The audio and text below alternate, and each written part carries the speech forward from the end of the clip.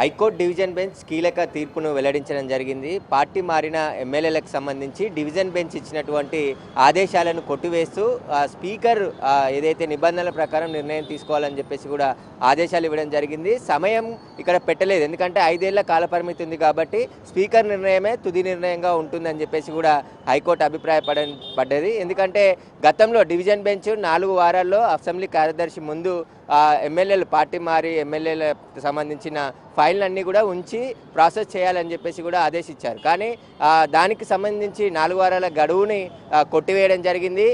Speaker ఎప్పుడైనా నిర్ణయం తీసుకోవచ్చు అని చెప్పేసి కూడా హైకోర్టు డివిజన్ బెంచ్ అభిప్రాయపడడం జరిగింది. ఎందుకంటే పార్టీ మారిన ఎమ్మెల్యేల పైన పార్టీ మారిన నిరోధక చట్టం ప్రకారం చర్యలు తీసుకోవాలి, షెడ్యూల్ 10 ప్రకారం చర్యలు తీసుకోవాలని చెప్పేసి కూడా హైకోర్టు స్పష్టంగా ఆదేశించడం జరిగింది. ఎందుకంటే ఇటు బీజేపీ బీఆర్ఎస్కు సంబంధించిన వాళ్ళు పిటిషన్ వేయడం జరిగింది పార్టీ మారిన ఎమ్మెల్యేలపై చర్య తీసుకోవాలని చెప్పేసి. దానికి సంబంధించే సింగిల్ బెంచ్ గతంలో తీర్పు ఇచ్చింది. ఆ తీర్పునే ఇప్పుడు విచారించి డివిజన్ బెంచ్ కొట్టివేయడం జరిగింది. ఇప్పుడు స్పీకర్ నిర్ణయమే తుది నిర్ణయం, కాకపోతే షెడ్యూల్ 10 ప్రకారం నిర్ణయాలు తీసుకోవాలని చెప్పేసి కూడా సూచనలు చేయడం జరిగింది. స్పీకర్ నిర్ణయానికి కట్టుబడి ఉండాలని చెప్పేసి కూడా చెప్పడం జరిగింది. సురేష్, అలాగే చూసుకుంటే సింగిల్ బెంచ్ తీర్పును కూడా ఇటు హైకోర్టు కొట్టేసింది. మరి ఇవాళ దీనికి సంబంధించి కోర్టులో ఎటువంటి వాదనలు జరుగుతాయనుకోవచ్చు, స్పీకర్ ఎలాంటి నిర్ణయం తీసుకుంటారు అనుకోవచ్చు సురేష్?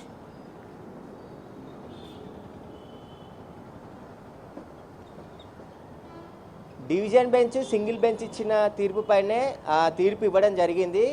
ఇంకా స్పీకర్ నిర్ణయమే ఫైనల్ అని చెప్పేసి కూడా చెప్పడం జరిగింది. షెడ్యూల్ 10 ప్రకారం చర్యలు తీసుకోవాలి ఎమ్మెల్యేలపై. 5 సంవత్సరాల గడువు ఉంది కాబట్టి ఆ గడువు లోపల సరైన నిర్ణయం తీసుకోవాలని చెప్పేసి కూడా సూచన చేసింది. ఎందుకంటే స్పీకర్ స్వతంత్ర హోదా ఉంటుంది, ఆయన సంబంధించిన ప్రత్యేక అధికారాలు ఉంటాయి కాబట్టి స్పీకర్ నిర్ణయంలో హైకోర్టు జోక్యం చేసుకోలేదని చెప్పేసి కూడా స్పష్టంగా చెప్పడం జరిగింది. అందులో భాగంగానే ఈరోజు డివిజన్ బెంచ్ తీర్పు వెల్లడించడం జరిగింది. పార్టీ ఎవరైతే మారారో బీఆర్ఎస్లో గెలిచి కాంగ్రెస్లో మారిన ఎమ్మెల్యేల పైన స్పీకర్కి ఫిర్యాదు చేశారు కాబట్టి స్పీకరు తగిన నిర్ణయం తీసుకుంటాడు. స్పీకర్కి సంబంధించి 5 ఏళ్ల కాలంలో నిర్ణయం తీసుకోవచ్చు అని చెప్పేసి కూడా చెప్పడం జరిగింది. సమయాన్ని ఇక్కడ సింగిల్ బెంచ్ ఇచ్చిన సమయాన్ని 4 వారాల్లోపు ఖచ్చితంగా అక్కడ వివరాలు చెప్పాలి అని చెప్పేసి చెప్పడంతోనే ఆ తీర్పును డివిజన్ బెంచ్ కొట్టివేయడం జరిగింది. ఖచ్చితంగా ఆ స్పీకర్ నిర్ణయం మేరకే ఆ నిర్ణయాలు ఉంటాయని చెప్పేసి కూడా చెప్పడం జరిగింది. కాబట్టి షెడ్యూల్ 10 అదేవిధంగా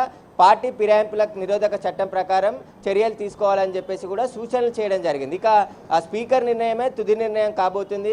స్పీకర్ ఎలాంటి నిర్ణయం తీసుకుంటాడనేది ఆయన విచక్షణ అధికారంతోనే నిర్ణయం తీసుకునే అవకాశం కనబడుతుంది. ఒక టైం బాండ్ అనేది ఇక్కడ ఖచ్చితంగా లేదు అని చెప్పేసి స్పష్టంగా చెప్పడం జరిగింది. ఇక పార్టీ మారిన ఎమ్మెల్యేలకు సంబంధించి ఇటు దానం నాగేందర్ కావచ్చు, మిగతా మరికొందరు కూడా పార్టీ మారారు, వారిపై అనర్హత వేటు వేయాలి, వారిని అనర్హులుగా ప్రకటించాలని చెప్పేసి కూడా కోర్టును ఆశ్రయించడంతో డివిజన్ బెంచ్ ఇచ్చిన తీర్పునే ఈరోజు డివిజన్ బెంచ్ కొట్టివేయడం జరిగింది, సింగిల్ బెంచ్ ఇచ్చిన తీర్పుని.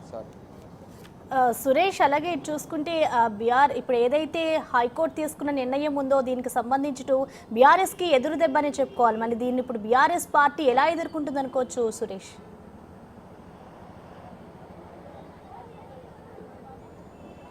ఖచ్చితంగా, ఎందుకంటే ఆ సింగిల్ బెంచ్ 4 వారాల్లో స్పీకర్ ముందు ఉంచాలని చెప్పేసి కూడా కార్యదర్శికి ఆదేశాలు జారీ చేయడం జరిగింది. గతంలో ఈ 4 వారాల్లో ఏదైతే పార్టీ మారిన ఎమ్మెల్యేలకు సంబంధించిన ఫైల్స్ ఉన్నాయో ఆ ఫైల్స్ని కార్యదర్శికి ఆదేశాలు జారీ చేస్తూ స్పీకర్ కార్యాలయం ముందుంచి నిర్ణయం తీసుకోవాలని చెప్పేసి కూడా చెప్పడం జరిగింది. దానికి సంబంధించే అసెంబ్లీ కార్యదర్శి డివిజన్ బెంచ్లో సవాల్ చేయడం జరిగింది సింగిల్ బెంచ్ ఇచ్చిన ఉత్తర్వులపైన. దానిపైన విచారణ జరిపి ఈరోజు హైకోర్టు నిర్ణయం తీసుకోవడం జరిగింది. పార్టీ మారిన ఎమ్మెల్యేలపై స్పీకరే నిర్ణయం తీసుకునే అధికారం ఉంటుంది, దానికి టైం అనేది నిర్దేశించలేము, స్పీకర్ నిర్ణయమే తుది నిర్ణయంగా ఉంటుందని చెప్పేసి కూడా వాళ్ళు హైకోర్టు అభిప్రాయపడడం జరిగింది. ఇప్పుడు తర్వాత ఈ పిటిషన్ వేసిన వాళ్ళు ఎలా ఎదుర్కోబోతారో దీనికి సంబంధించి, ఎందుకంటే అనర్హతగా ప్రకటించాలని చెప్పేసి హైకోర్టులో వేశారు కాబట్టి నెక్స్ట్ సుప్రీంకోర్టుకు వెళ్తారా లేదంటే ఇప్పుడు స్పీకర్ నిర్ణయం తీసుకునేదాకా వేచి చూస్తారా అనేది కూడా వేచి చూడాలి.